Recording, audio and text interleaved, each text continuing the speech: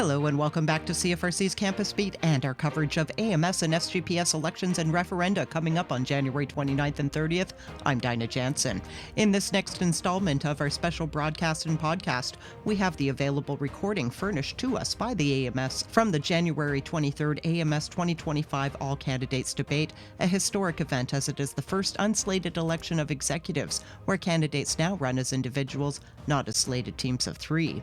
Unfortunately, technical issues encountered by the AMS tech team on the ground at Goods Commons led to recording issues leading to the loss of introductory remarks, but also the loss of audio quality and feed for a brief period, impacting the opening remarks for the candidates for Vice President of University Affairs and several of their responses to questions.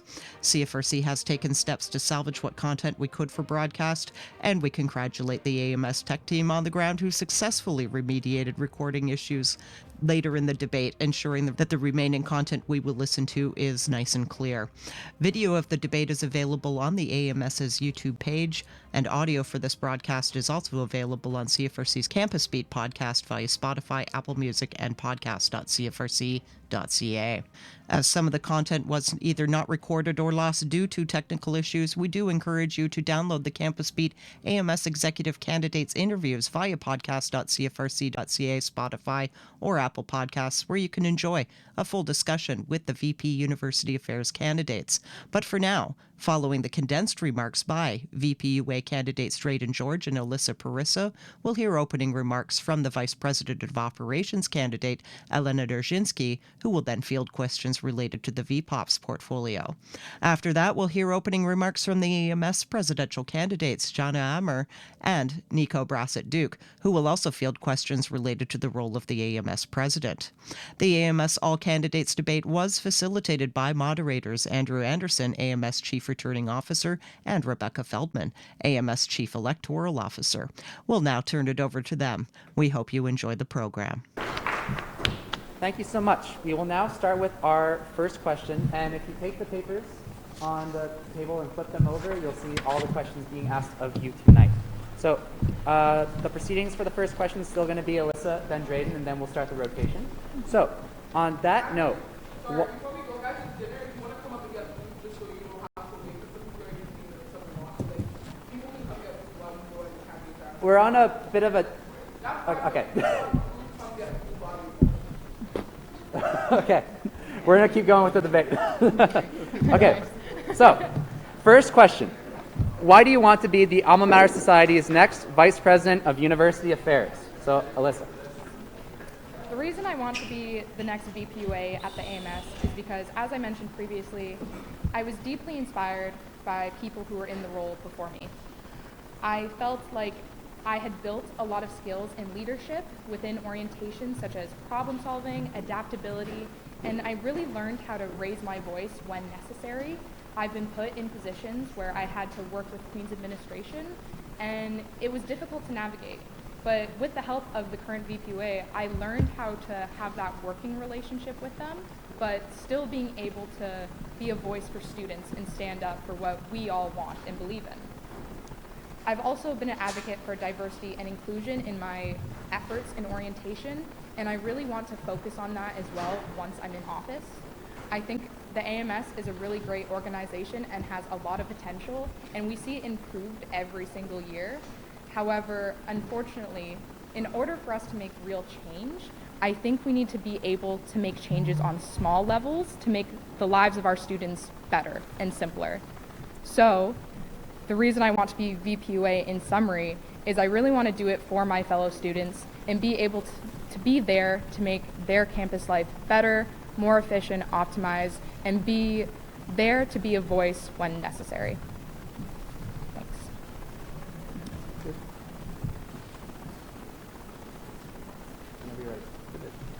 Yeah, so I chose to run for the Vice President of University Affairs position as I didn't necessarily have an idea of getting into be the VPUA when I first started the AMS. In fact, if you asked me when I was Social Issues Commissioner, I'd probably say never in a day's chance of hell, because it did not seem like a very active position that I felt was comfortable for. But through my times at the AMS and at clubs in Queens and also back at home, I definitely feel comfortable and confident in providing the advocacy and amplifying the voices needed for students. Additionally, the reason why I want to run, of course, is as a first-gen student going into post-secondary, I definitely want to make sure to emphasize the responsibility I bring back to my family on the achievements we can make. From my personal background, I definitely did not come from a place where this was necessary ever going to happen, especially in such a senior management role. Definitely living on a reservation and having a mother who was homeless, it made the opportunities of my life a lot smaller. So it's more so just a complete phantomization that I'm even here right now. And so I would like to utilize my proof of development and resilience over time into the AMS and in their operations and advocacy efforts.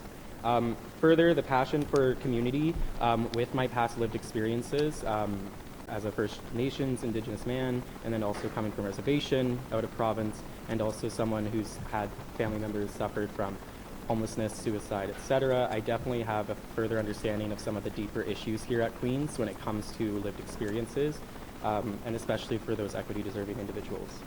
So I would like to advocate and really exercise the amplification of student voices to the university and be a liaison to be able to advocate on behalf of every student, FACSOC, club, and DSC. Okay, so for the next question, Drayden, you'll start first.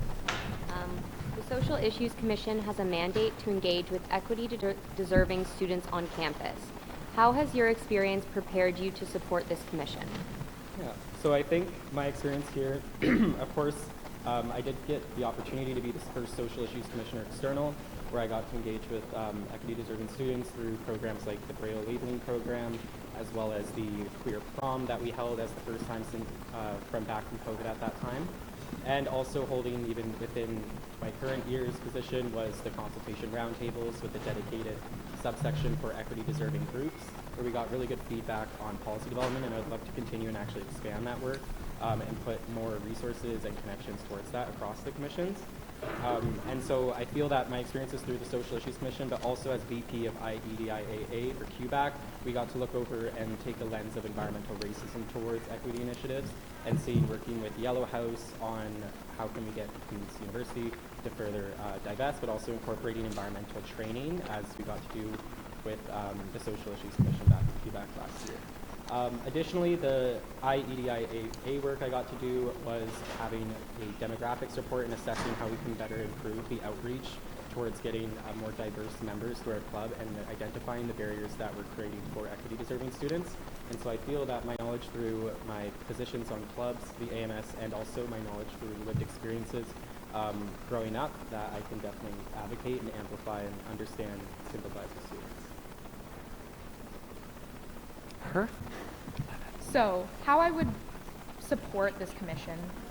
Through my experiences within orientation, I've definitely come across a diverse array of students because I've been introduced to so many first years coming from so many different areas, different faculties, and it's really made me learn about how my perspective can be very different from others.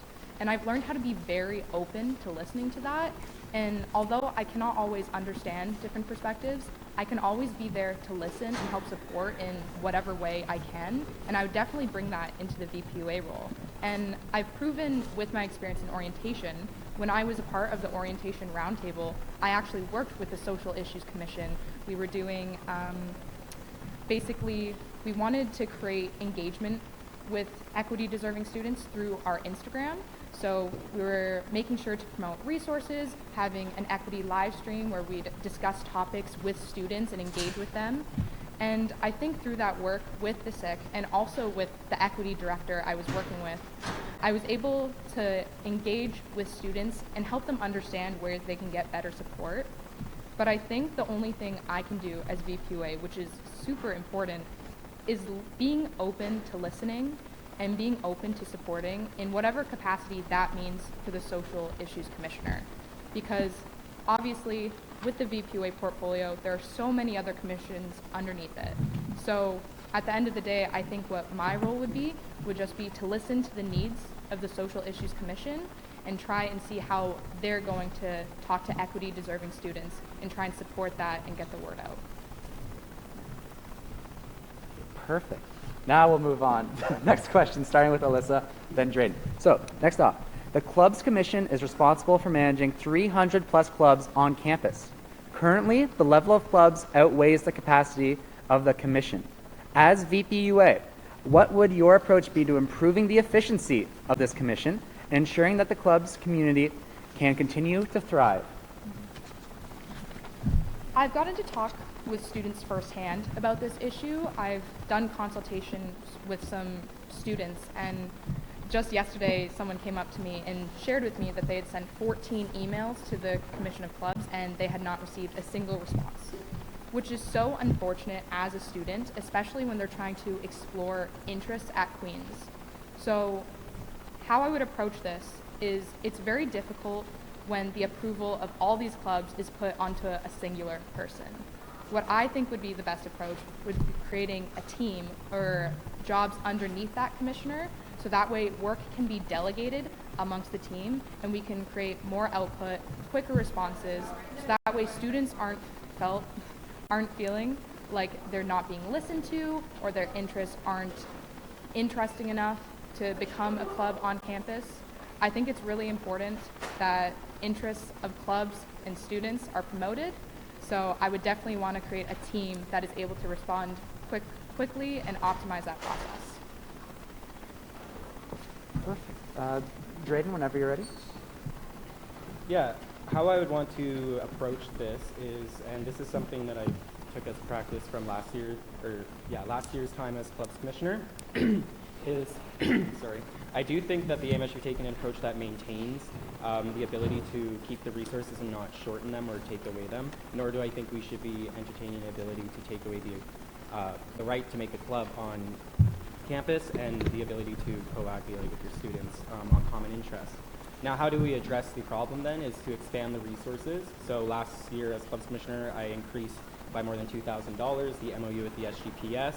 I had an agreement with Bounce Canada, which provides a ticket platform service at a cheaper rate and a direct student job that is paid. Additionally, the clubs commissioner does have staff under them, but the solution is to have more and better delineated staff. So what we found last year was that people like the assistant clubs commissioner were boggled down by very administrative tasks that end up taking away from space allocation and then end up taking away from grants, decisions, etc. So it all very trickles down. And so I think to expand on that is to go for more adding new labor. I was able to get an additional administrative assistant added in my time as clubs commission, but I would think that more labor is needed. In making it more efficient and being able to have the time to provide all these resources, we do need to make more internal efficiencies, as my opponent mentioned. And so to do that, I would want to follow the methodology I created last year, the club grant methodology, where we saw a 7 business day turnaround from the post deadline of the grant in winter semester and got them their results really quick. I would also, in addition, as laid out in my manifesto, continue the 7-day reply rate mandate between all commissions and AMs, at least to update the students on what the status of their inquiry or request is. And additionally is to have the open door office hours available. So within any project leader AM or every commissioner is to have open door office hours that are available to book online, shop in person, or have an online call. And lastly is I would want to mandate and continue the club's data census to make sure we're assessing how much of our resources are actually provided to clubs. Thank you. And thank you very much to folks for your patience as the volume was extremely low with the recording occurring on one channel and candidates were unmiked during the first portion of the AMS debate, which I've attempted to remediate in post-production as best as possible. However, at this point in the debate, audio on the ground was lost for approximately 10 minutes during the original recording. Fortunately, the AMS tech team remediated those issues and will now return to VPUA candidates Drayden George and Alyssa Parissa fielding their questions now more audibly. The mics from now on. So Drayden, you'll be going first for this one. Submissions made to the AMS Assembly show that AMS commissions have been consistently operating at a surplus. How do you plan to achieve financial efficiency in commissions, understood to be the maximization of the value derived from each student dollar? Yeah, for sure. So some practices that I've gotten to learn over my time at the AMS and kind of innovate on myself, and I would want to make sure to kind of research properly and implement across the commissions is making sure that, of course, every month to really review that budget, identify any surpluses or deficits, any to be paid accounts, and any reasons why anything's delayed regarding grant disbursements, and making sure to introduce on the assembly report at the end a finance section which updates the assembly on their most current reported audited operating financial statements. Additionally is that when I was in Clubs Commission, I passed to the Assembly was my budget, but also a coinciding cell breakdown sheet, which gave comments into the actual expenses that those large amounts of value are being spent on. And that's obviously a very important thing with such large budgets and student money. We need to make sure that we're spending this adequately and productively. So I would make sure and mandate across all commissions to do the same in presenting to Assembly a cell breakdown sheet with those comments necessary before the Assembly makes an informed decision. And lastly is, especially around financial transparency, a big part of this is not just the Assembly but also the board. I think with the board we need to start opening discussions. I've mentioned this in my manifesto under transparency and communication. Being proactive is to have discussions around either an ESG investing policy or an alternative, and additionally having discussions around returning open session tickets or released private meeting minutes that can be used so that the journal has the information to access to report on the board, but also so Assembly members can see what the board is doing. Thank you. With this question, I think it's really important to recognize what the students are paying for. And at the end of the day, it's students that are financing these commissions. I really got to learn and appreciate that during my role as the ORT Concert and Communications Director. It was the first time I had ever been in charge of an enormous budget, and I didn't take that lightly. And I really got to learn what it was like to oversee a budget and understand where money goes. That being said, I think it's very important to be held accountable when it comes to student money. I think over the course of hopefully my term, I would make sure to reflect on where this money is going and hold commissioners accountable and understand what they're spending this money on. I think it's also very important to review budgets and go over them so that we can make sure that if money is spent on an event, if it's not necessarily getting student engagement, we find a way to reintroduce it into a different event, so that way that money isn't being lost. And I think, like Drayden said, it's really important to be transparent. I think at the moment people don't necessarily know the AMS budgets, and I think it should be public knowledge since that is student fees. So I think it's very important to publish these budgets so that people understand what they're paying for, and that way we can make sure that when we're spending this money, it's not going to waste. Perfect. That brings us to our last question. Okay, so according to a long-standing legend found in internal archives, it is often said during many AMS executive campaigns that, given the choice of which commission or office to cut, the Commission for Internal Affairs would be the one. Given that Internal Affairs is now in office, if you had to cut a commission, which one would it be? Starting with Alyssa. Drayden, I would like to apologize in advance, but however, yeah, I think I would cut the Commission of External Affairs. I think the relationship with external organizations is so important to the AMS.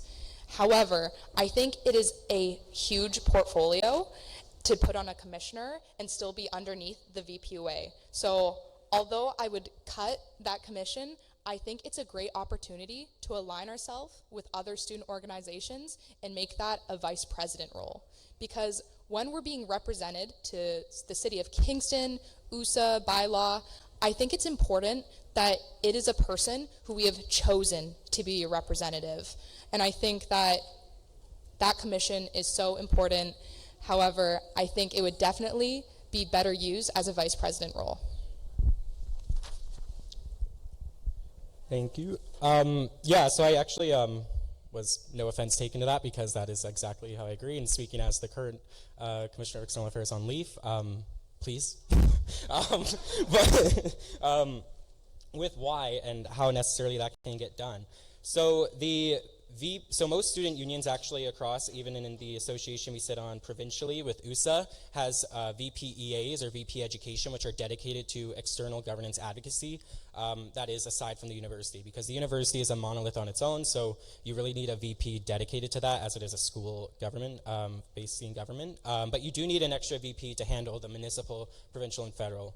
Through my experience at CEA, I have been able to have biweekly meetings with Councillor Glenn trying to advance harm reduction, and we saw 50% reduction in UDSI fines handed out this HOCO, as well as I've been able to work with Fire and Rescue, Public Works Kingston providing our trash and cleanup services, in addition to provincial or bylaw and the police liaison team. And then of course serving on USA, I got to see what it was like in the required amount of work for provincial advocacy and to see effective advocacy. It is hard for the AMS to come to terms with like needing an external affairs position, just because of advocacy oftentimes has longer term results. But we do need to make sure that in that commission, or in that VP role, those commissions set up have, just like the commissions now, short-term solutions and programs to help the current students as well. How we would do that, I would want to see through the AMS in the summer under the President's Caucus, an ad hoc working group between some a board member, presidents of the FACSOCs, and the executives on developing how and what's the feasibility of the integration of a new VPEA. And then as well, we have to actually assess then what are the commissions under that VPEA.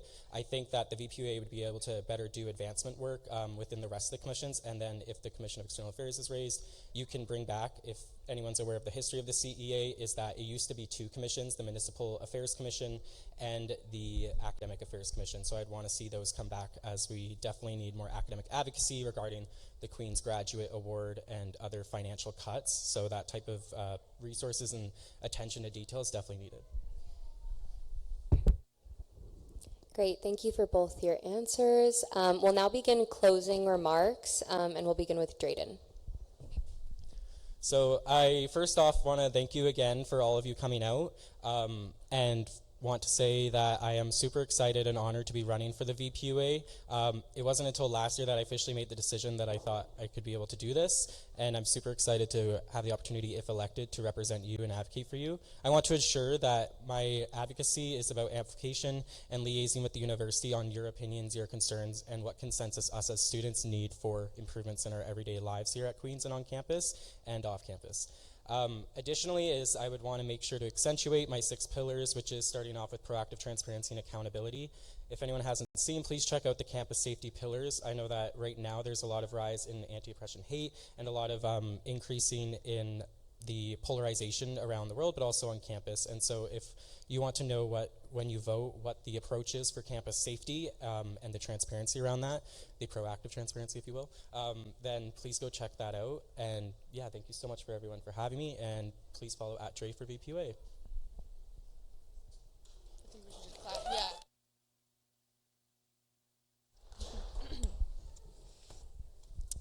Thank you. So this evening, I hope you've been able to learn more about me, my platform, and the pressing issues that are being faced right now with the AMS. Drayden, you have a really impressive understanding with the AMS, and I am honored to run beside someone who also cares just as much as myself about advocating for students.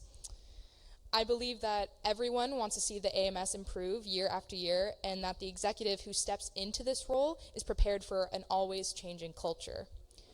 I believe that my perspective is unique. I have a deep understanding of the AMS after working in a commission and sitting on AMS Assembly, but I also have an on-the-ground perspective within my faculty society, learning about issues people have with the AMS and things they want to see changed. As the first elected de-slated team, the person who steps into this role must have the ability to build relationships and listen to the input and perspectives that aren't necessarily their own. I believe I have a fresh perspective to bring to this old system.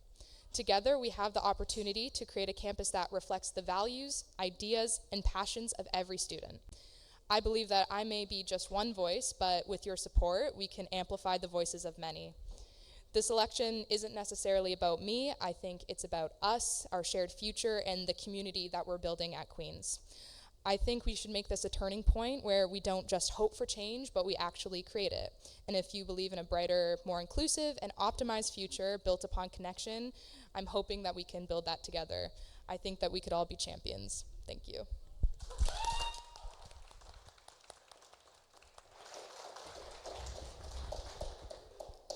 thanks again to our two candidates for coming out tonight. We will now be segueing into our next debate for the Vice President of Operations position. So that being said, we're going to take 2 minutes to get the table ready for our candidate. That being said, don't go anywhere. We'll get the show back on the road very soon.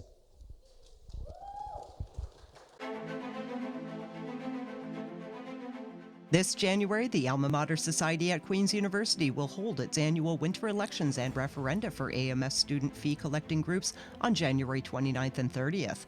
Referendum and elections will be held online via Simply Voting. Eligible students will receive an email from the AMS at 12:01 on January 29th with instructions and links to cast their ballots online. Learn more about AMS elections and referenda at myams.org.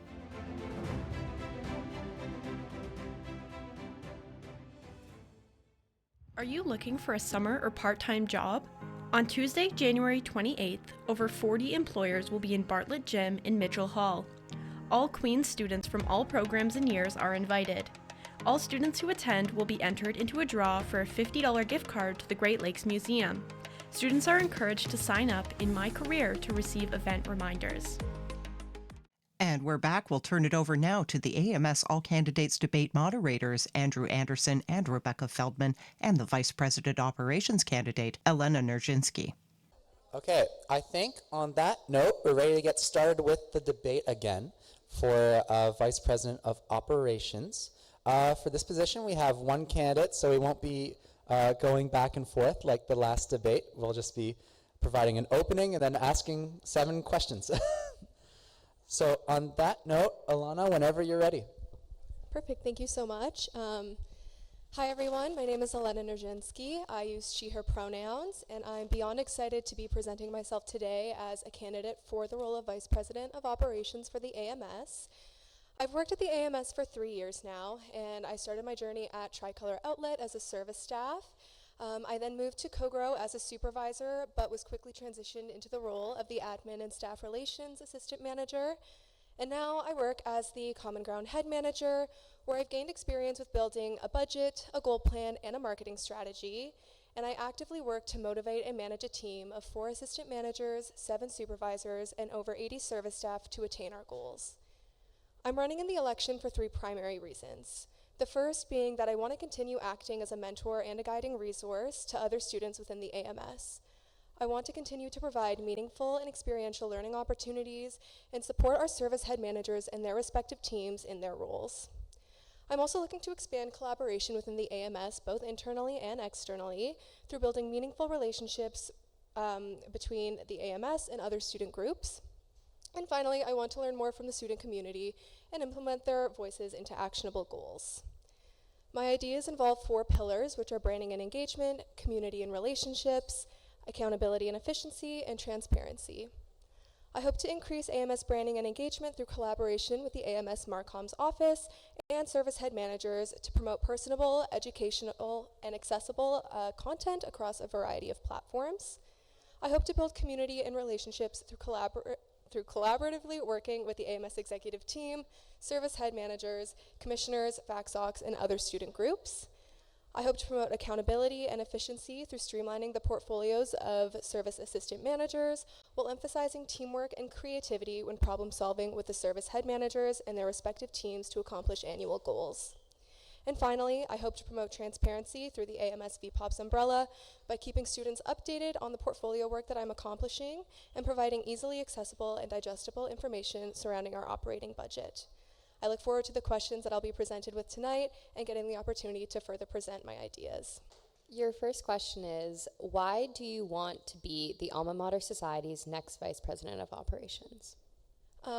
As I mentioned before, I am running in the elections for 3 reasons. The first and the biggest one being that I want to continue acting as a mentor to the service head managers. I've worked at the AMS for 3 years, and I've gotten so much from every single role that I've held. And I want to be able to pass that knowledge down to our service head managers and their teams. I think the AMS provides fantastic job opportunities to students, and being able to support a team of service head managers is something that I am really passionate about accomplishing. I also think expanding collaboration within the AMS is something extremely important. I've worked consistently to do this through my time at Common Ground, and I think it's a really important aspect to ensure that the AMS is, establishing strong relationships with the student body. And as I mentioned as well, I really want to learn from the student community and hear what they have to say about the AMS and what they'd like to see from it. I think there's always room to learn more and to grow, and I think to be able to take students' opinions and turn it into actionable goals is extremely fulfilling. Perfect. Now on to your next question. How will you increase student engagement within the AMS? I think it comes down to providing personable, educational, and accessible content through a variety of platforms. I think it starts with doing a survey about how students are consuming AMS content on campus. I think working with the AMS president and the Marcom's office as well to hold consistent monthly Marcus meetings is super important so we can establish clear goals amongst our services with marketing strategies. I also think not all students feel comfortable being a part of the metaverse, and I think a lot of the content that we post is done on social media. So I think expanding our reach to meet students where they're at, to provide marketing through various platforms is extremely important. That could be through having incentivized boothing or focus groups. It could be pitching stories to the Queen's Journal about exciting things that are happening with our services. And bringing back the AMS newsletter to send it to people in their emails. I had the pleasure of consulting the rector, Nikki Boychuk-Hale, and she conducted a student survey to see how students are consuming their content with things that are happening on campus. And she actually said that students prefer their email as the #1 choice. So even something as simple as bringing back an AMS newsletter to let people know what's going on with our services and the AMS as a whole can be super effective. And then I think just researching the trends of other student governments and student unions across Ontario and even across Canada, seeing what they're doing and what works for them is ultimately what can help establish student engagement.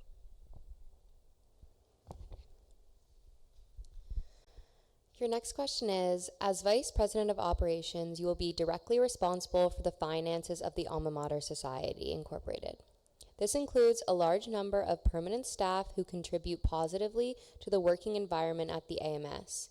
Yet, with the increasing number of perm staff, the AMS has become increasingly more corporate, reflecting practices of larger corporations and thus becoming bureaucratic, and likely leads to unnecessary spending in various aspects of the organization.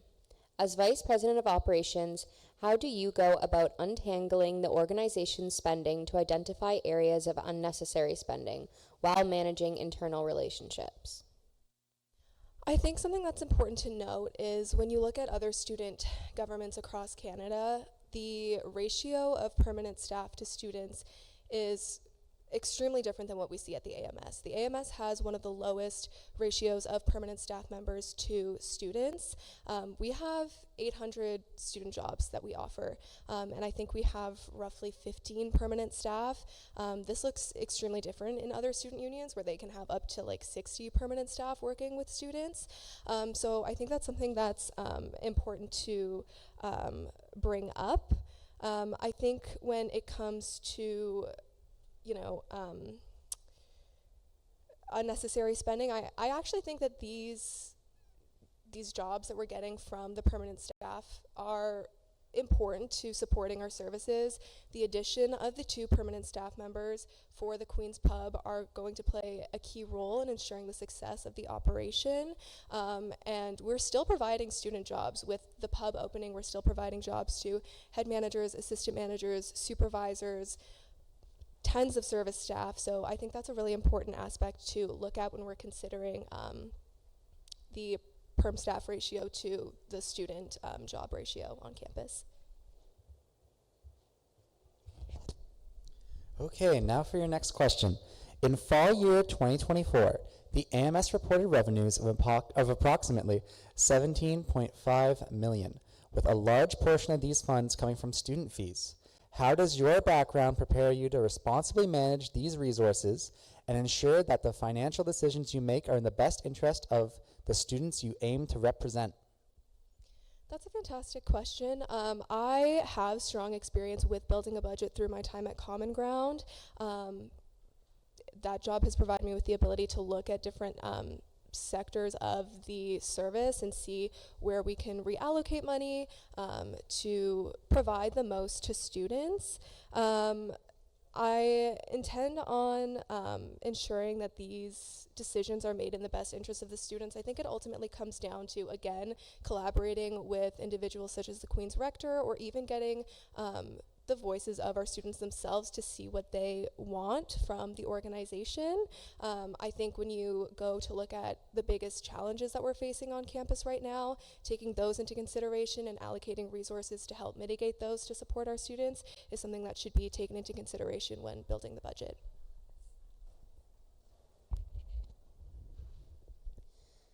As Vice President of Operations, you are responsible for making financial allocations to be presented to the AMS Board of Directors. The Vice President of Operations normally looks at performance in previous years to make a budget allocation.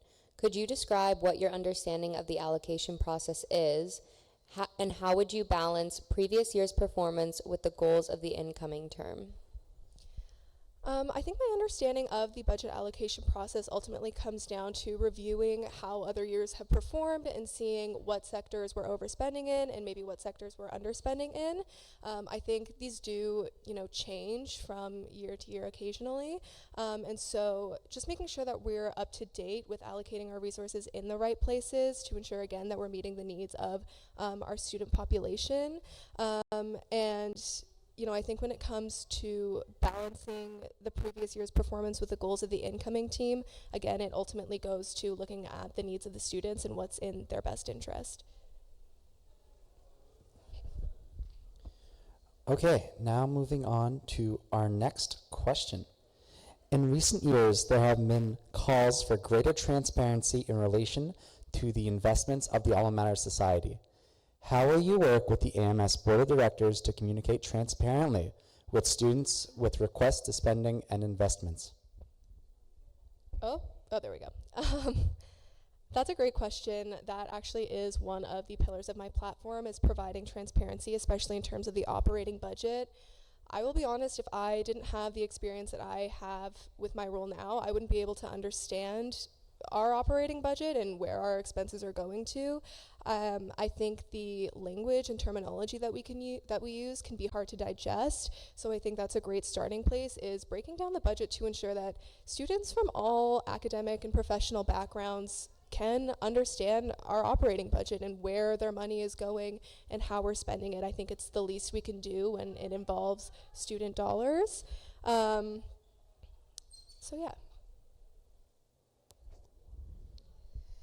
Your final question is, in March 2011, at the annual General Assembly of the Alma Mater Society, the following motion received support: that AMS Assembly strongly recommends the renting of a bouncy castle and provide pink fluffy unicorns to the responsibility of the incoming AMS executive and council to make it available to all undergraduate students. As the Vice President of Operations, you would be consulted on any motions with financial implications for the Society. Would you support a motion to provide a bouncy castle to celebrate the 10th anniversary of the Internal Affairs Office in April 2025? I think that sounds like a super fun idea. I definitely like that idea.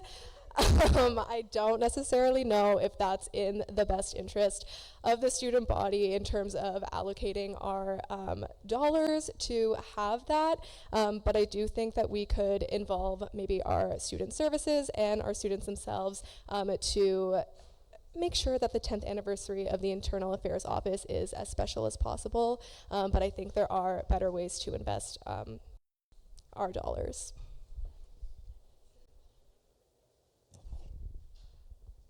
Thank you so much. We will now move into your closing statement. As I mentioned in my opening statements, I will work towards increasing branding and engagement within the AMS to ensure our services are accessible to all students. I will also work to build community and relationships through collaboration with the AMS executives, faculty societies, and other student groups on campus. Further, I intend to actively work to promote accountability, efficiency, and transparency within the AMS through an action-oriented approach. I believe my 3 years of experience in operations makes me an excellent fit for the position of Vice President of Operations, as I can act as a guiding resource, provide support, and empower the service head managers and their team through my own personal experiences. My experience also provides me with the ability to navigate internal operations within the AMS services and work collaboratively with the service head managers, commission, and AMS executive team alongside the permanent staff members to strive towards attaining a better student life on campus. I'm a hardworking and passionate person who is always willing to learn from others, and I hope to build on the positive impacts our current team has made while adjusting any failures to create a better student experience. If elected, I will embrace the challenges this role has to offer and ensure the AMS operations umbrella accomplishes its goals to ultimately fulfill the AMS mandate of serving and representing the broad diversity of students on campus. I'm grateful to have gotten the chance to present myself as a candidate in the AMS elections for the role of Vice President of Operations, and I feel honored to speak in front of everyone tonight to share my ideas and goals for how I can improve our student community. I want to take a moment to thank everyone who came out tonight and who joined online as well. I wanted to give a special thank you to the Common Ground team who has been so patient with me as I've embarked on this journey. And I want to thank my family and friends who have joined the live stream tonight, offering me their support from the moment I shared my idea that I intended to run for this role. And a special shout out to Sam Barton, my campaign manager, who has put countless hours of hard work into making this dream of mine possible. I hope everyone has a fantastic night, and please get home safe.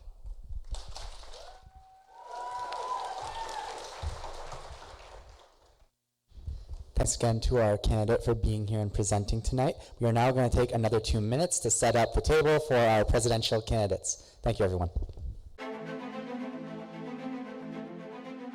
This January, the Alma Mater Society at Queen's University will hold its annual winter elections and referenda for AMS student fee collecting groups on January 29th and 30th.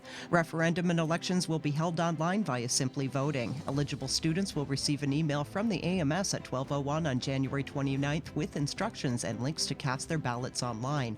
Learn more about AMS elections and referenda at myams.org.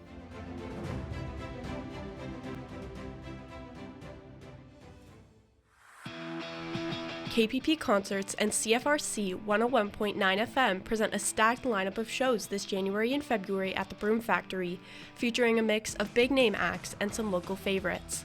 On January 18th, don't miss Canadian alt-rock duo Mountainhead. January 24th features local indie rock outfit Cassador. On January 26th, Bedouin Soundclash takes the stage. February 7th sees Busty and the Bass come to town. And on February 19th, it's a special Wednesday night rock show with headliners Deer Rouge. For additional information and to buy tickets, visit kppconcerts.com. And welcome back to CFRC's Campus Beat and our coverage of the AMS All Candidates Debate held at Goods Commons on January 23rd. We'll now turn it back over to debate moderators Andrew Anderson and Rebecca Feldman and the presidential candidates Jana Ammer and Nico Brassett-Duke. Okay, everyone, it is time for the presidential debate. So we will start with openings. The order will be Jana, followed by Nico. So Jana, whenever you're ready. Okay, so hi everyone. My name is Jana. I use she, her pronouns. Thank you so much for sticking around for this long and being willing to stay here. It honestly feels incredible being here today, and like many of you, I came to Queens really hoping to find my place in this community. I was hoping to always make an impact. I was hoping to grow as a person and hopefully leave this campus a better place than the way I found it. But what I really did not expect was how much this university would actually end up shaping me, and the challenges that would ever come my way that would help me become the person I am today. I also didn't always see myself reflected in a lot of these spaces that I entered, but it was through a lot of leadership and advocacy and working along so many of you here that I realized the power we have to create to change and change together. Whether it was maintaining students' wellness, whether that was my roles within peer wellness, or helping make sure that residents' life was more inclusive, or advocating even on an equity basis for accessibility through my various roles. I've poured my heart into this campus because I believe in the potential of the students in our community. I'm running to be the AMS president because I've seen both the strengths and the gaps of our student government, working within it and outside of it, and I know we can do better. We need to make this AMS more accessible, collaborative, and transparent, and one that really listens to students, continuing to break down barriers and foster that trust. Honestly, this is not just a campaign to me. It's a lot more personal. I know how much it means to feel to be seen, to be heard, and to have someone to fight for your needs. And that's the kind of leader I aim to be, and I hope to be if elected. Someone that doesn't just represent you, but works with you to make sure your voices shape the future of your university. Thank you again for being here tonight, and I look forward to sharing my vision with you. I want to continue with what my opponent said and say thank you for everyone for attending this. It means a lot to see so many people here engaged. To me, it means so much. And I'm just going to start off by saying, first and foremost, my name is Nico. I go by he, him pronouns, and I'm in my 5th year. A little bit about myself is I was born in Colombia. First generation family. We moved here when I was 6. And we grew up in Ottawa, Ontario. I still remember when I was 14, I started worked multiple different jobs at that age as a dishwasher, mowing lawns. I lifeguarded, I did IT at some point, and I was very fortunate to save enough money and study really hard in high school to make it here at Queen's University. Unfortunately, though, I came during a very, very tough year, which was the COVID year of 2020. And it was tough, but we made it, and I came here during my 2nd year in person and had the wonderful opportunity to spend 4 years in Kingston at this point, 1 year of which I was doing my QUIP internship with Smith Engineering, spent 16 months doing that, and I'm so happy to be here with you all today as a AMS presidential candidate. A little bit about my pillars. I want to talk a little bit about engagement. I think there's a lot of opportunity for there to be more representation for international students, for off-campus students, for online students in the AMS. I think it'd be pretty cool if we could, spread the message about what we do on behalf of the AMS to first-year lecture halls. I know if anyone's in engineering, Dr. Abelson is always more than welcome. And I want to reimagine, similar to a lot of like what my other candidates have said, I want to reimagine the club commission. A little bit about communications too is I also want to introduce an AMS Digest on behalf of the Queen's Journal. And I do think the AMS has a very important role to be very present in orientation, SOAR, and other experiences in Queens. I want to advocate too. I think the position of president is also an advocate role. I want to advocate for international students, students of marginalized communities, online students, off-campus students, students feeling unsafe on campus. I also want to advocate for students dealing with accessibility needs, housing and food insecurity. These are issues that I think the AMS should and will advocate for. I also want to be very sustainable and open an AMS repair cafe. Thank you so much. My name is Nico. We'll start with Jana. Why do you want to be the Alma Mater Society's next president? Okay, so I've actually been answering this question a lot, but I think the main reason I want to become the next AMS president is because I do see such an incredible potential for the AMS to be a lot more stronger, to be more accessible, and a lot more of an impactful resource for students here at Queen's. Throughout my time here, I have had the privilege of seeing a lot of different leadership roles where I've also worked closely with a lot of students from different walks of life. These experiences have shown me what works well, but also where there's also continuous room for growth within our student government, really being that center of student life. I believe that the AMS should be doing a lot more to break down these barriers and has the ability to do that while amplifying student voices and fostering a true sense of trust and collaboration. I've continued to witness students struggle to access resources, feel disconnected from a lot of the decision making that happens, and navigate systems that aren't always made clear or equitable to them. And I want to change that. My campaign really focuses on that within my 3 pillars, and these aren't really just buzzwords: accessibility, collaboration, and transparency. There are a lot more of actionable goals that will make sure that the AMS becomes more approachable and ensures that students really feel heard and provide better clarity around how the AMS truly serves them. I want to make sure that every student feels empowered to engage with the AMS, and not only engage with them in times of distress, whether it's through accessing resources or driving advocacy, or even just simply feeling like a part of something bigger. Ultimately, down to the core of it, I want to be the next AMS Pres because I'm passionate about student advocacy, and I want to leave Queens knowing that I've contributed to a more inclusive and supportive campus. I believe that I have the experience, the vision, and the commitment to make that happen, and I'm honestly ready to lead with purpose and collaboration. Thank you. Having been now in this university for 5 years, I've had the pleasure to work alongside clubs, design teams, the student experience office, the off-campus living advisor, both Adam King and Marianne. I worked alongside faculty and staff in arts and science and in Smith Engineering. I've also worked alongside the Arts and Science Undergraduate Society. I worked alongside the AMS and the CFRC radio show. I have, through all those experiences, had the pleasure, and I really do mean it, I really have had the pleasure to meet so many students, staff, members of our community, and the amount of support and encouragement that was given to me to do this is, till this day, kind of really, really heartwarming to me. As a person, I'm passionate about student life, student advocacy, student politics. I recognize that a lot of our students that we represent as student leaders feel worried about times ahead. They feel uncertain. And I hope to be the student that students can trust in these uncertain times. And I love this school. I love this community. I love the people who work here and work every day to ensure that student life and campus is just better. And I hope that if I am elected president, I can work to ensure that that's exactly what we continue to do. Okay, now on to our next question.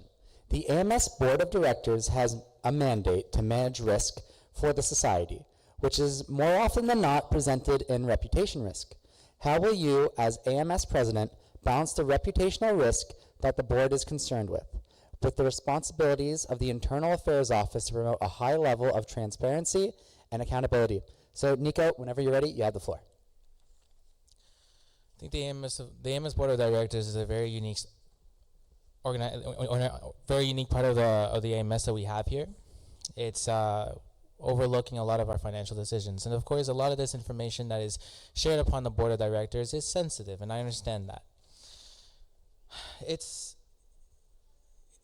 equally as important to be as transparent and honest, and I think that's also ensuring that we are continuing our reputation to be an organization that is honest with our student body, that is transparent with our student body, and communicative with our student body. A lot of the decisions that the committees make, in the strategy committee, and the audit committee, and the investment committee, and the finance committee, and the governance and personnel committee as well, these are decisions that impact students day by day, and also at the end of the day affect our organization.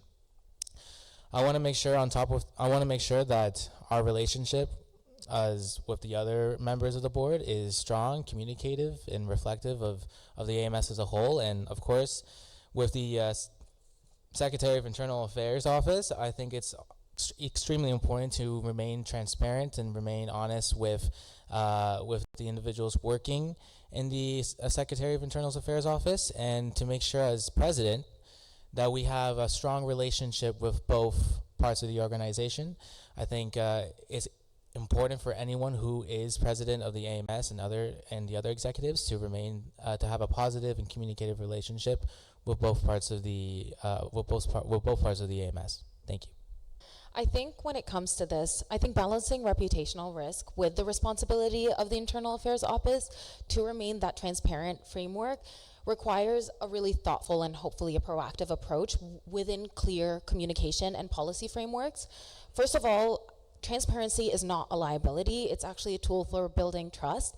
Openly sharing a lot of these decisions and processes and rationales behind actions will not only ensure our decisions, but also will make sure we demonstrate integrity and commitment to the accountability we want to hold as an organization. Hopefully that helps mitigate a lot of the reputational risk, because stakeholders, whether they're students or staffs or even external partners, hopefully continue to feel valued and informed. Transparency continues to build that credibility, which is the foundation for a strong reputation. I also believe that proactively identifying and addressing these risks through internal reviews and consultations with a diverse set of stakeholders will ensure that our policies and procedures align with the organization's values and mandates, while also anticipating any potential areas for concern. By addressing these issues before they escalate and become risks, we manage them effectively without compromising any form of openness. And also, we continue to find a balance between our openness and our discretion, while it stays important for the board of directors to hold some form of anonymity in that sense. While it's important to share information that is sensitive matters, personnel issues, legal concerns, whatever that may be, it must be handled with confidentiality to protect the individuals of the organization. But regular communication and education from the office's efforts in risk mitigation and accountability will continue to reassure our students and our members that decisions are both ethical and responsible. When people see a consistent and principled approach, they are more likely to support the work that we are doing. And hopefully maintaining that kind of transparency will be seen as a strength. Focusing on risk management and communicating effectively, I think we can ensure that the Internal Affairs Office can continue to uphold its mandate while safeguarding the organization's reputation. Thank you. For the third question, Jana, you'll start. As AMS president, how will you ensure equal representation for students across all faculties, disciplines, and year? It's really important, as someone that is supposed to be the voice of 25,000 people, to really emulate all faculties, disciplines, and years. And it requires a lot of intentional collaboration, and as well as continuous open communication, and then as well a commitment to inclusivity.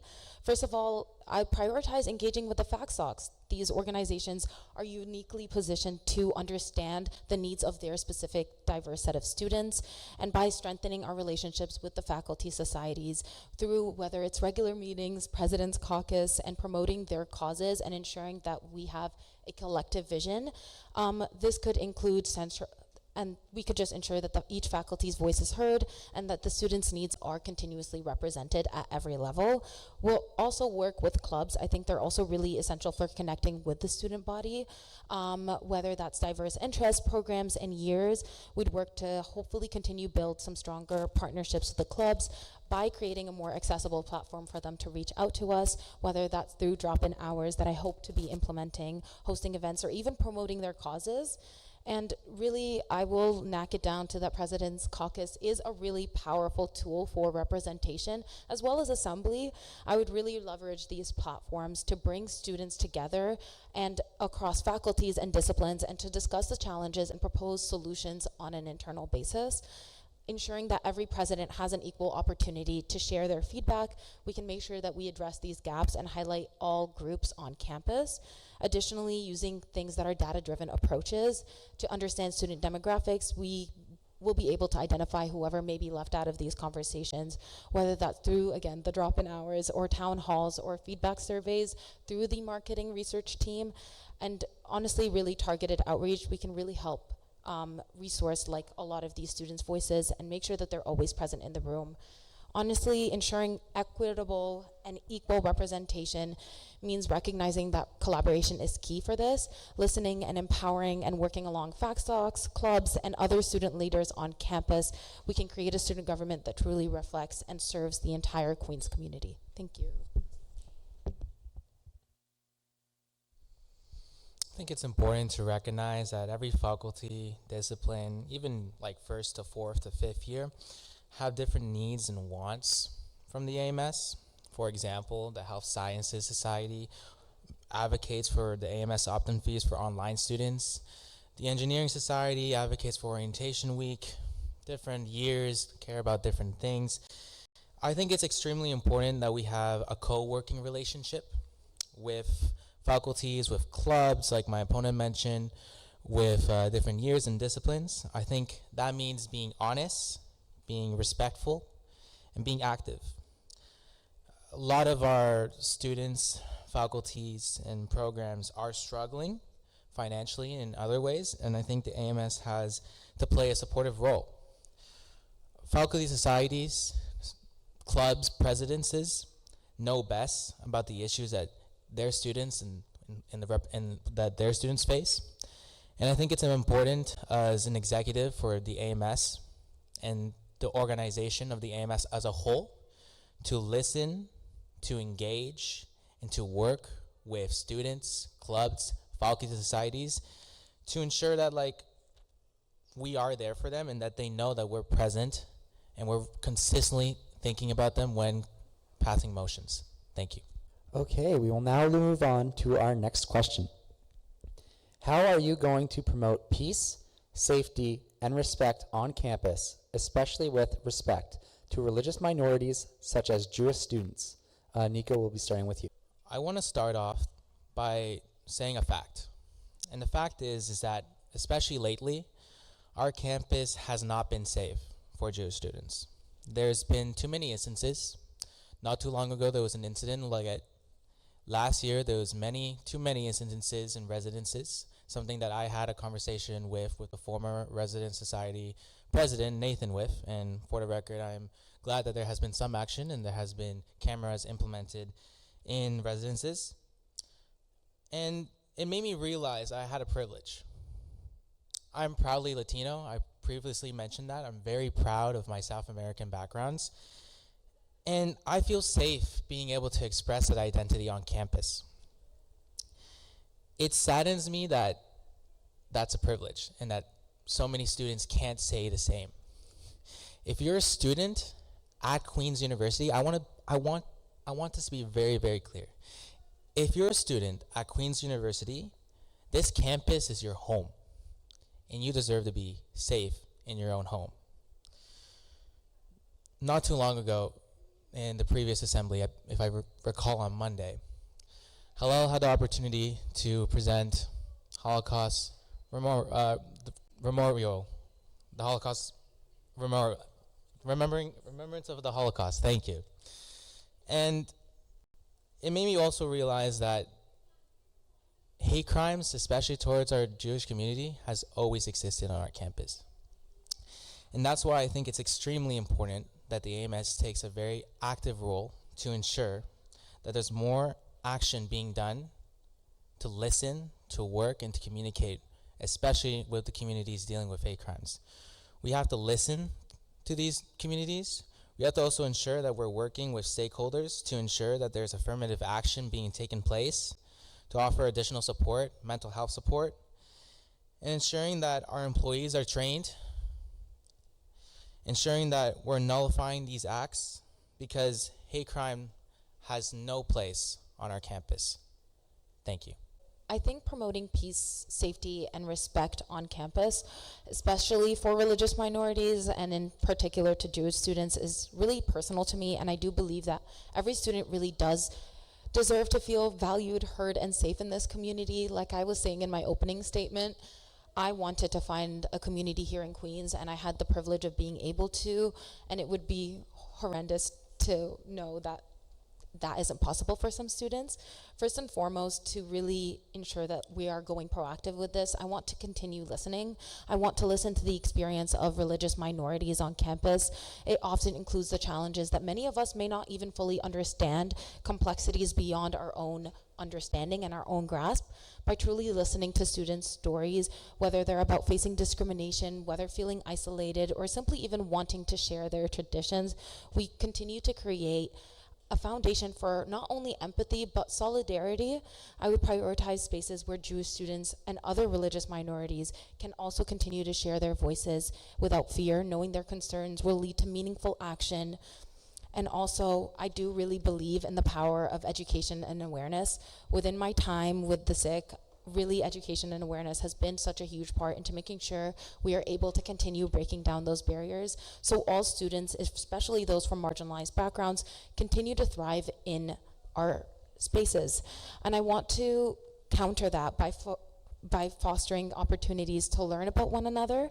I think hate and misunderstanding thrive on ignorance, and we need to be able to combat that, whether it's interfaith panels or even cultural celebrations like the Equity Gala and open dialogue. We can continue transformative to ensure that we are helping each other. And these initiatives aren't just like events, but they're really to hopefully continue build our community and our culture here at Queen's.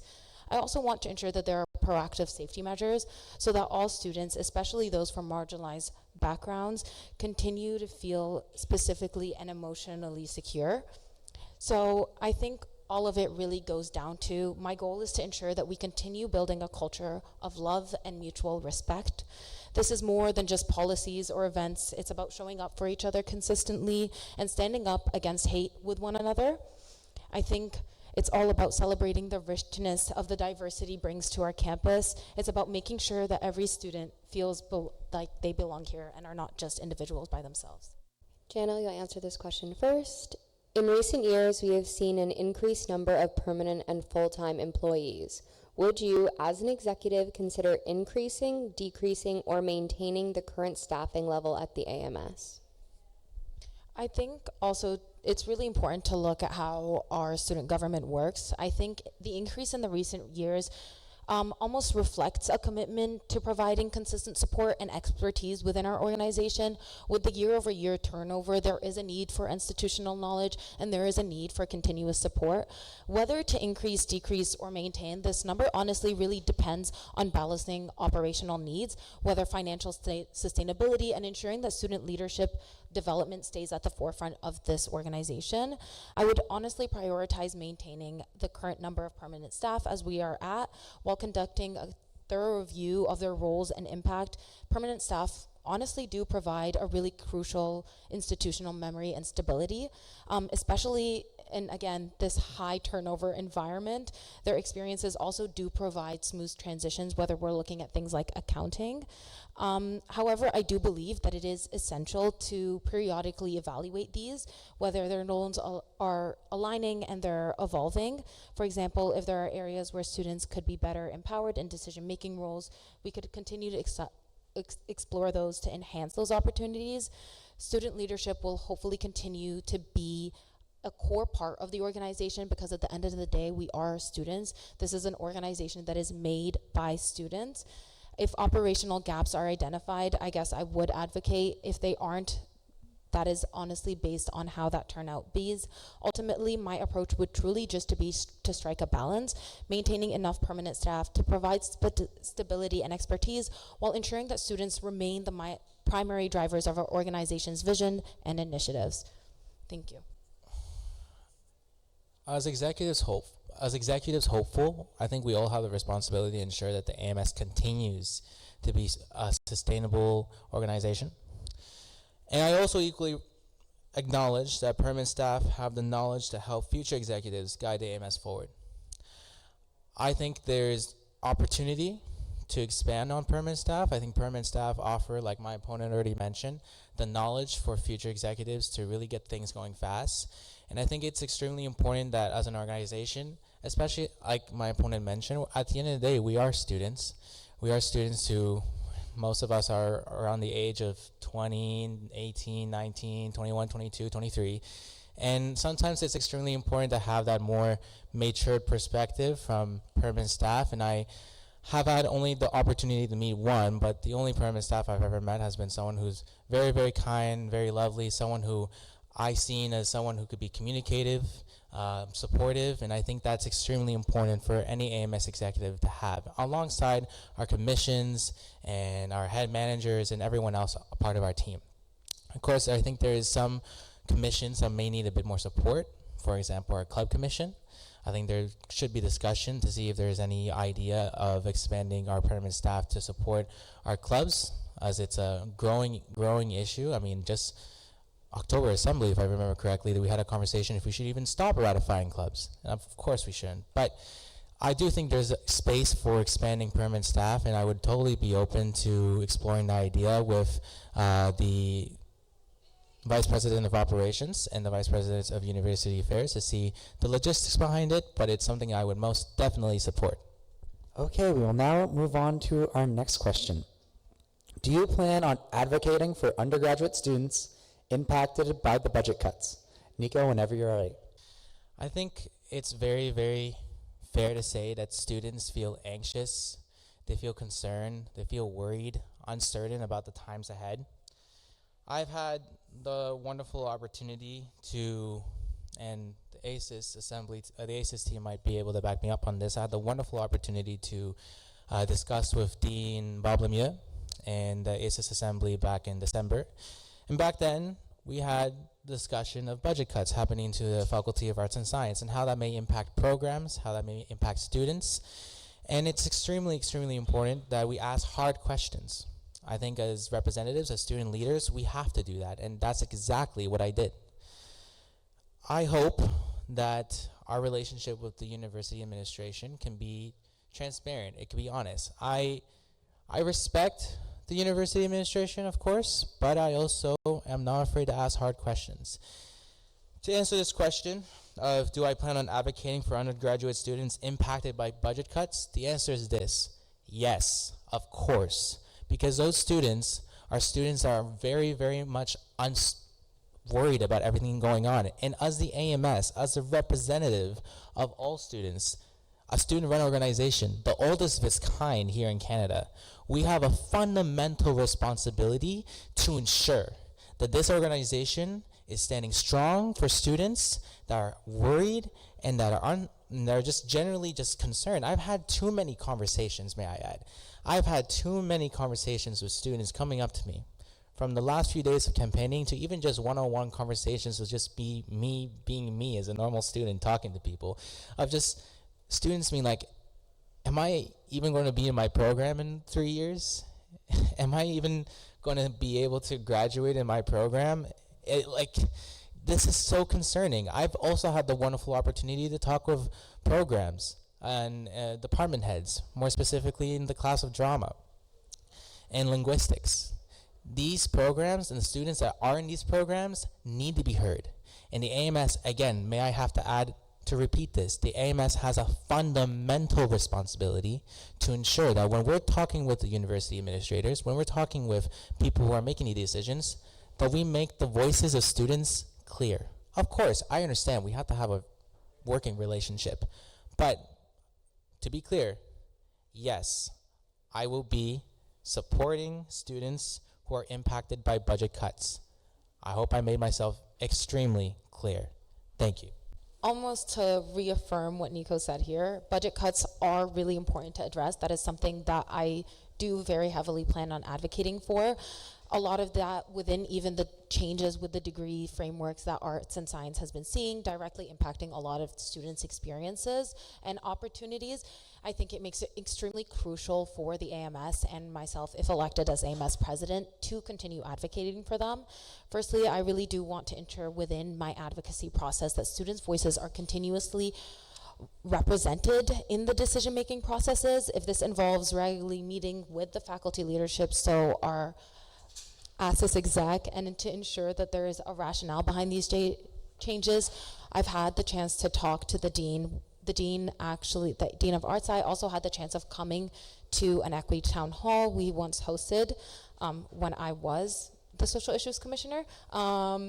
But I think a lot of that comes to down to these conversations, and as well continuing to make sure that the changes that are happening are really transparent and told to students the way that they should be, and how it could be affecting their degree completion, and as well as course availability, which has been a huge thing that has been happening to a lot of our friends in the arts and sciences faculty.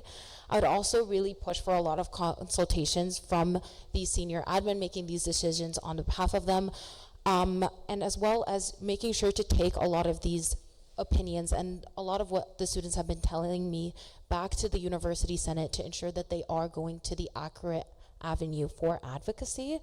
I think a lot of it really comes down to collaborating with our FACSOC as well as arts and science faculty itself to make sure that we are continuing to amplify each other's advocacy efforts and presenting a really united front as a team, and we can demonstrate a lot of a collective student voice and push for really meaningful accommodations through these processes. I think transition support from the AMS as well as the arts and sciences faculty will really help students navigate these changes, and it really becomes a priority of ensuring that students again are really feeling heard and understand the changes and how it will be affecting them. Thank you. The Internal Affairs Office is the center point of autonomous processes within the society, especially elections, judicial, assembly, and JCOM. Members of the office access records with a high level of confidentiality and often have a significant level of decision-making autonomy and discretion in various portfolios. As such, the office is often seen as the first level of accountability for the AMS. What is your vision for your relationship with the Internal Affairs Office, and how do you plan to support members of this office without undermining or interfering with key governance proceedings? Perfect. So I think honestly a lot of it comes down making sure that we're working with the Secretariat, who obviously understands the Internal Affairs Office very intimately. I mean, we are here thanks to the Internal Affairs Office. It truly is the cornerstone for our governance. So requiring strict confidentiality is not only needed, but it is truly unwavering in the fact of the independence that it is to uphold its mandate effectively. My vision is to continue building a relationship based on trust, respect, and empowerment, ensuring that the office feels like it can thrive without interference while maintaining aligned to the broader organization goals. To achieve this, I think a lot of what I would be doing is prioritizing setting some of those clear boundaries and collaborative engagement. That means respecting their autonomy through governance proceedings while also maintaining an open and structured communication channels and only really stepping in when needed. Regular check-ins also would just allow me to make sure that I understand their needs, their challenges, and even opportunities for growth without undermining anybody's independence, because that would be the last thing I want. And additionally, I would really focus on proactively supporting the office. There's a lot of work that goes through there, so ensuring that there's capacity building initiatives within the office, so that either includes advocating for more resources, whether it's looking into, again, the structure of the office, whether that's additional training, even for confidentiality protocols within the office itself, and ensuring that there's continuous governance best practices and equity focused and leadership opportunities will really hopefully invest in the development of the office while ensuring that it continues to operate at the high standard of excellence that it usually does. I would also really want to establish a framework for addressing some of the systemic concerns that might arise from these. So ensuring that feedback improvements to the process. So training on would come through like a collaborative and transparent approach. So hopefully reinforces the integrity of the work while really promoting a continuous refinement of governance procedures. I really do hope to act as an advocate for the Internal Affairs Office within the organization, really amplifying their importance and defending their independence. I can hope to really foster values that protect the essential role that they play in governance. And truly, at the end of the day, my goal is to really serve as an ally and a resource for the Internal Affairs Office, ensuring they feel empowered and supported while remaining confident, while keeping to preserve their confidentiality and anonymity were critical to their success. Well, honestly, that was a really, really good answer. So, I mean, to add on to that, it's extremely important in any democracy that the office that oversees internal affairs and JCOM and is strictly independent. And I really do hope to build a relationship of trust, honesty, and open communication. To be honest, having seen now the judicial, the elections, and the JCOM team especially, I admire the work they do. I acknowledge that a lot of us have a lot to learn from them. And so one of the big things I would say is I would also have a lot of consultations with the teams.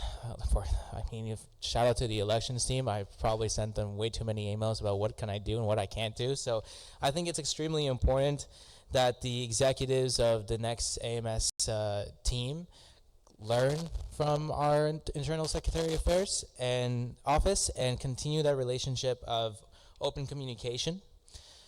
it's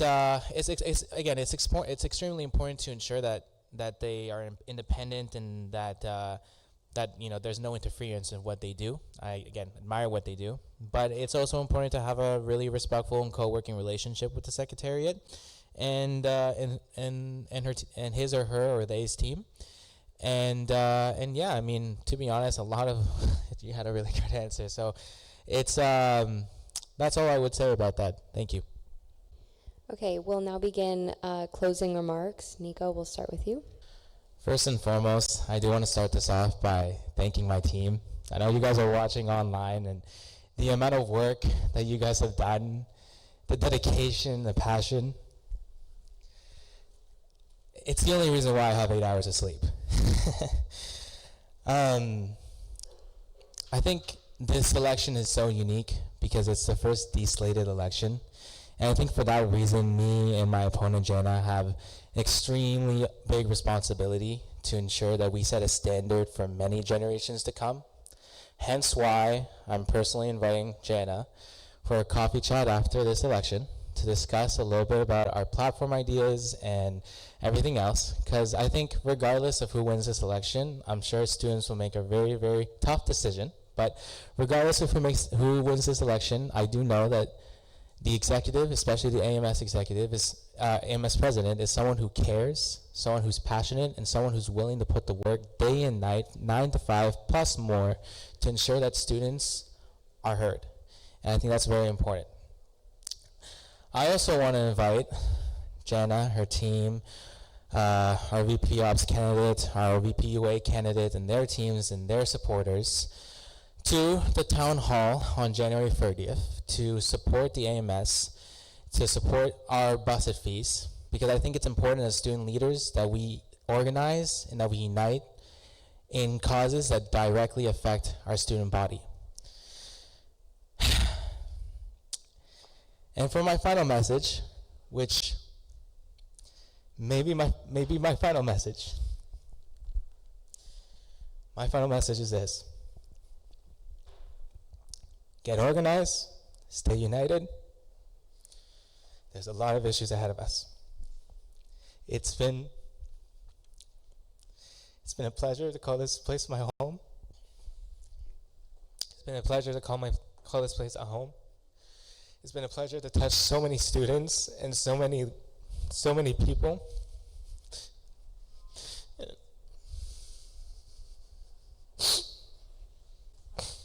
I love this university, I love this community, I love the students, and I really, really hope that as a community, we can stand together and really, really make a positive change. Thank you. Well, I guess you can consider this me saying yes to both. I'd love a coffee chat after, and yeah, you have my number, hit me up whenever. I'd love to go out to have a quick talk. But before we conclude tonight's debate, I do want to thank you all for taking your time to be here and sharing. Thank you, Nico. Thank you, all of you. Thank you to my team. Thank you to my family and my friends who have dealt with me in these past couple of days. I've been a little insufferable, unfortunately, and engaging in a lot of these important conversations that we're having about the future of the AMS. This election, as I think we've seen today, is not just about leadership, it's about representation. It's very personal and it's very emotional. It's about ensuring that every student really finds their community and feels seen and empowered and supported by the people around them and their government. I think I've had the privilege at my time here at Queen's to serve in a lot of these diverse roles, which have really allowed me to engage with students and address a lot of the different challenges many of us face, from advocating for equity through different programs and even the dedication that I've put into myself to change campus. I just want to reaffirm that I am running to be the next AMS president because I do believe in the potential of the AMS. I believe that it could be more accessible and collaborative and transparent, and my vision is really focused on breaking down a lot of those barriers and fostering a lot of student-led change as we continue to see every day, and really strengthening that trust between the AMS and our students. I really am committed to helping create a government that is approachable and also proactive in addressing your issues. I think tonight has demonstrated a lot of our dedications to this organization and a lot of our dedication for our future, and that's why we're all out here today, this late on a Thursday. I do believe that there is power in our collective voice and our ability to continue building a better campus together. This is not just my campaign, this is ours. It's a campaign for every student who wants to see an AMS that works for them, and it is a campaign that I helped build by a lot of your faces here today through a lot of the consultations and the opportunities to talk with you. Again, thank you for your time and engagement, and thank you. Have a good night. Okay, that brings tonight's debate to a close. First of all, I'd like to start off by thanking all the candidates for being here tonight.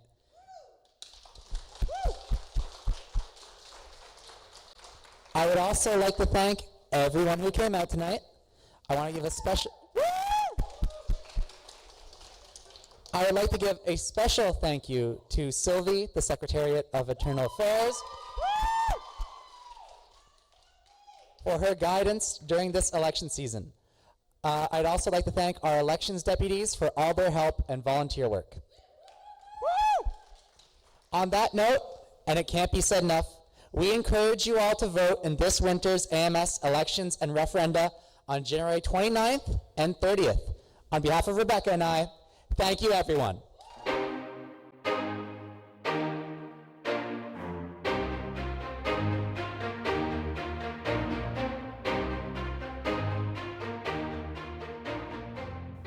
And that is a wrap for the 2025 Alma Mater Society All Candidates Debate. Thank you to the AMS technical team for their hard work on the ground on January 23rd in Goods Commons and for furnishing the recording of this historic event to CFRC. Alongside this broadcast, AMS members can also find audio of this debate on CFRC's Campus Beat podcast, available on Spotify, Apple Podcasts, and via podcast.cfrc.ca, as well as video on the AMS's YouTube page. Thank you for tuning in to CFRC's Campus Beat today and our coverage of the AMS All Candidates Debate. I'm Dinah Jansen.